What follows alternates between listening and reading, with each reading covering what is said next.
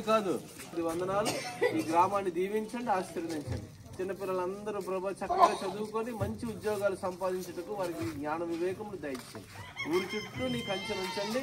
ఊరిలో ఉన్న ప్రతి ఒక్కరిని దీవించి బలపరిచి ప్రతి కుటుంబానికి సమాధానము శాంతి దయచేసి ఈ ఒక్కరే మహిమ ఉందమని యేసే నామములు అడిగి వేడుకొనుచున్నాము తండ్రి, ఆమేన్.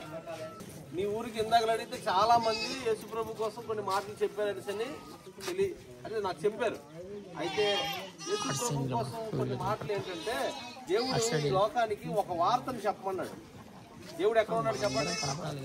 దేవుడు ఎక్కడ ఉన్నాడు? ఎక్కడున్నాడు? దేవుడి పేరు దేవుడే, ఇంకే పేరు లేదు. దేవుడి పేరు ఏం పేరు? దేవుడే. దేవుడు ఈ లోకానికి ఒక వార్తను చెప్పమన్నాడు అనమాట. ఆ వార్తను చెప్పడానికి వచ్చి, అయితే లోకంలో ఉన్న వార్తలు ఏవైతే ఉంటాయో మంచి వార్తలు ఉంటాయి, చెడ్డ వార్తలు ఉంటాయి కదా. మంచి వార్తలు ఉంటాయి, చెడ్డ వార్తలు ఉంటాయి. అయితే దేవుడు చెప్పమన్న వార్త ఏదైతే ఉందో ఒక మంచి వార్త. ఏ వార్త? మంచి వార్త దేవుడు చెప్పమన్నాడు. ఇప్పుడు ఈ ఊర్లో ఎవరు గవర్నమెంట్? ఎవరు గెలిచారు? ఒరిస్సాలో ఎవరు గెలిచారు? ముఖ్యమంత్రి ఎవరు చెప్పండి? ముఖ్యమంత్రి పేరు? ఈ ఒరిస్సాలో ముఖ్యమంత్రి పేరు ఏం పేరు తెలీదా? పాత ముఖ్యమంత్రి పేరు ఏం పేరు? నవీన్ పట్నాయక్. నవీన్ పట్నాయక్. ఇప్పుడు నవీన్ పట్నాయక్ ఓడిపోయాడు. ఆ వార్త నవీన్ పట్నాయక్ బాధ కదా, కానీ గెలిచిన వాళ్ళకి సంతోషం. అంటే ఒక వార్త ఎప్పుడు అందరినీ సంతోషపరచదు. ఒక వార్త అనేది ఒకరు బాధ పెడుతుంది, ఒకరిని సంతోషపెడుతుంది. అంతే కదా? అంతే. అందరినీ సంతోషపెట్టే వార్త దేవుడు ఒకటి చెప్పమన్నాడు. అందరినీ సంతోషపెట్టే వార్త అనేది ఏంటంటే, భూమి మీద ఉన్న మనుషులైన మనం అందరము చూడండి, భూమి మీద ఉన్న మనుషులైన మనం అందరము దేవుడి దగ్గర నుంచి వచ్చామా కాదా? ఎవరి వల్ల పుట్టాం? ఎవరి వల్ల పుట్టాం? ఈ భూమి మీద దేవుడి వల్లే కదా.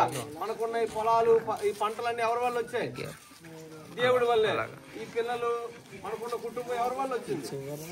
దేవుడి వల్లే. ఈ బట్టలు ఎవరి వల్ల వచ్చాయి? తిండి ఎవరి వల్ల వచ్చింది?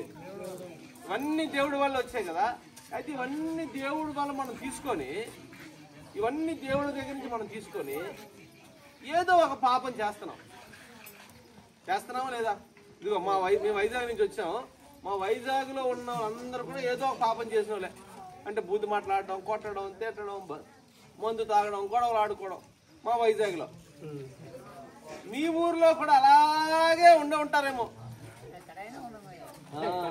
ఎక్కడైనా అంటే ఎక్కడైనా అంతే, వైజాగ్లో అయినా అంతే, ఎక్కడైనా అంతే. అంటే చూడండి, భూమి మీద దేవుడు మనకి తినడానికి ఆహారం ఇచ్చాడు, పీల్చుకోవడానికి గాలినిచ్చాడు, చూడడానికి వెలుగునిచ్చాడు, ఈ శరీరాన్ని ఇచ్చాడు కదా. ఇవన్నీ దేవుడి దగ్గర తీసుకుంటున్నాము, కానీ దేవుడికి వ్యతిరేకంగా ఈ లోకంలో ఏం చేస్తున్నాం? పాపం. ఏం చేస్తున్నాం? పాపం. మరి దేవుడు మనకి ఈ లోకానికి పంపిస్తే మరి పాపం చేస్తున్నాం కదా. తిరిగి చనిపోయిన తర్వాత ఎవరి దగ్గరికి వెళ్ళాలనుకుంటున్నాం? నేను ఏ పేరు చెప్పలేదు, దేవుడు అన్నానంటే ఎవరి దగ్గరికి వెళ్ళాలనుకుంటున్నాం? కానీ దేవుడి దగ్గరికి వెళ్ళాలనుకుంటున్నాం. మరి దేవుడి దగ్గరికి మనం వెళ్ళాలనుకునేటప్పుడు ఈ లోకంలో మనం పాపం చేశాం కదా. పాపం చేసిన మనల్ని దేవుడు రాణిస్తాడా? రానివ్వడు కదా. రానివ్వడు. చెప్పండి కొట్టండి. రానివ్వడు.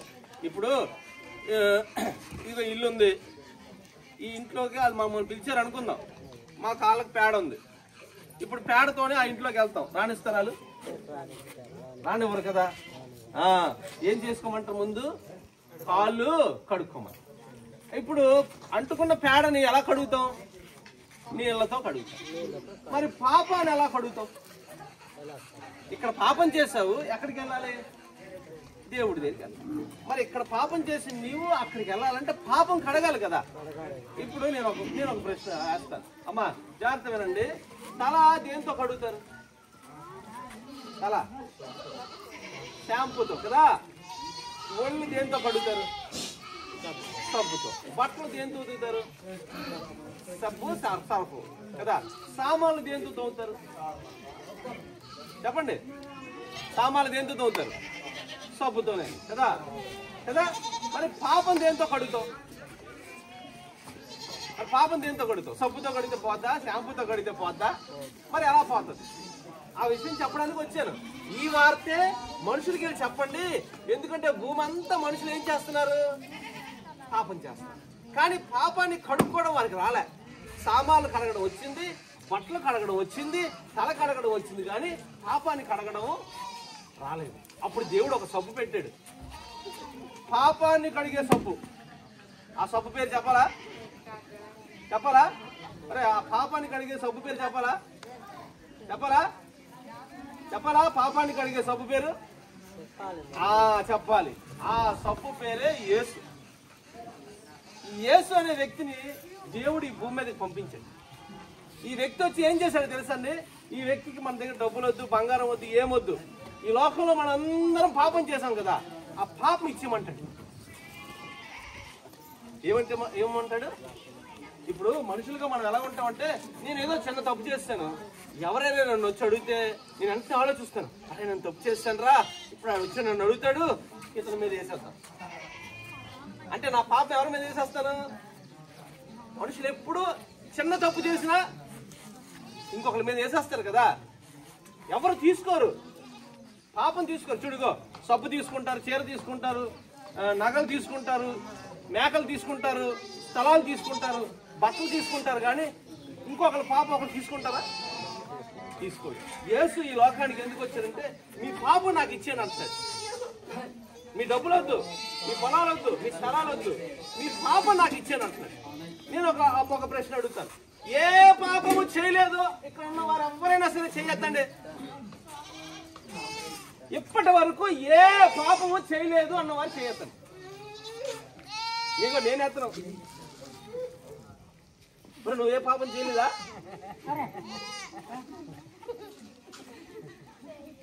ఇగో బూతి మాట ఆడటం పాపమే, అనడం పాపమే, కొట్టడం పాపమే, మందు తాగడం పాపమే. అంటే అందరూ ఏం చేసాం?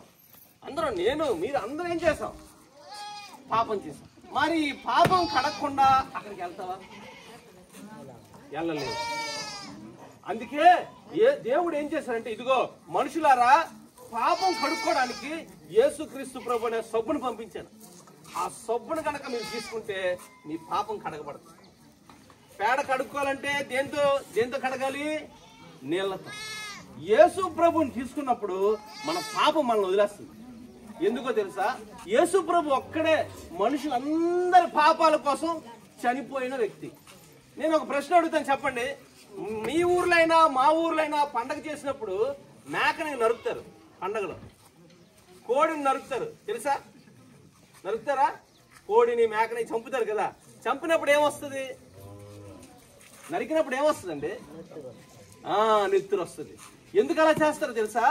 మనం చేసిన పాపం ఆ మేక మీద వేస్తాం. మన ఊర్లో ఉన్న వాళ్ళందరూ చేసిన పాపం ఎవరి మీద వేస్తాం? ఆ మేక మీద వేసి ఆ మేకని చంపేస్తాం. అది కరెక్టా? అది కరెక్ట్ అన్న వారు చేతండి. మేక ఏ తప్పు చేసిందా? ఎవరు తప్పు చేశారు? మనం తప్పు చేసి మేక మీద వేస్తాం, మనం తప్పు చేసి కోడి మీద వేస్తాం. కానీ దేవుడు ఈ లోకానికి యేసు ప్రభుని పంపించి మనందరి పాపాలు యేసు మీద వేస్తాడు. యేసు మనందరి పాపాల కోసం సిలువలో మరణించాడు. అందుకే యేసు ప్రభు మరణించినప్పుడు రక్తం కారుతుంది.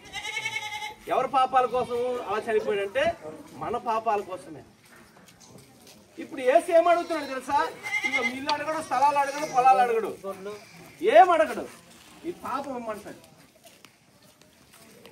ఈ పాపం యేసు ప్రభుకి ఇస్తారో లేదో మీ ఇష్టమే. యేసు మాత్రమే పాపం తీయగలడు, ఇంకెవ్వరూ పాపాన్ని తీయలేరు. అర్థమైందా? ఇప్పుడు పాపం యేసయ్యకి ఇస్తారో లేదో అది మీ ఇష్టం. మీలో బలవంతం లేదు. దేవుడు ఇలాగే ఇందుకే పంపిస్తున్నాడు గ్రామానికి. ఇదిగో ఆ మనుషులకి వెళ్ళి చెప్పండి, ఆ మనుషులకి వెళ్ళి చెప్పండి, పాపం కడుక్కొని నా దగ్గరికి రమ్మని, పాపం కడుక్కొని నా దగ్గరికి రమ్మని అంటున్నాడు. మరి మీరు నమ్మండి, మీ ఊరికి చాలా మంది వస్తున్నారు ఈ విషయం చెప్పడానికే. ఇదిగో పాపము మేక తీయలేదు, పాపము కోడి తీయలేదు, పాపము సూర్యుడు తీయలేడు, పాపం చెట్టు తీయలేదు. అర్థమైందండి? మరి నమ్మి మీ గ్రామాన్ని మీరు దేవుని ఆశీర్వాదాలతో నింపుకోమని దేవుడు మిమ్మల్ని, మీ గ్రామాన్ని అన్ని విధాలుగా దీవించాలి. ముందుగా ఇలా కూర్చున్నందుకు మీకు థ్యాంక్స్. God bless you. మీ ఊరికి మేము అందరూ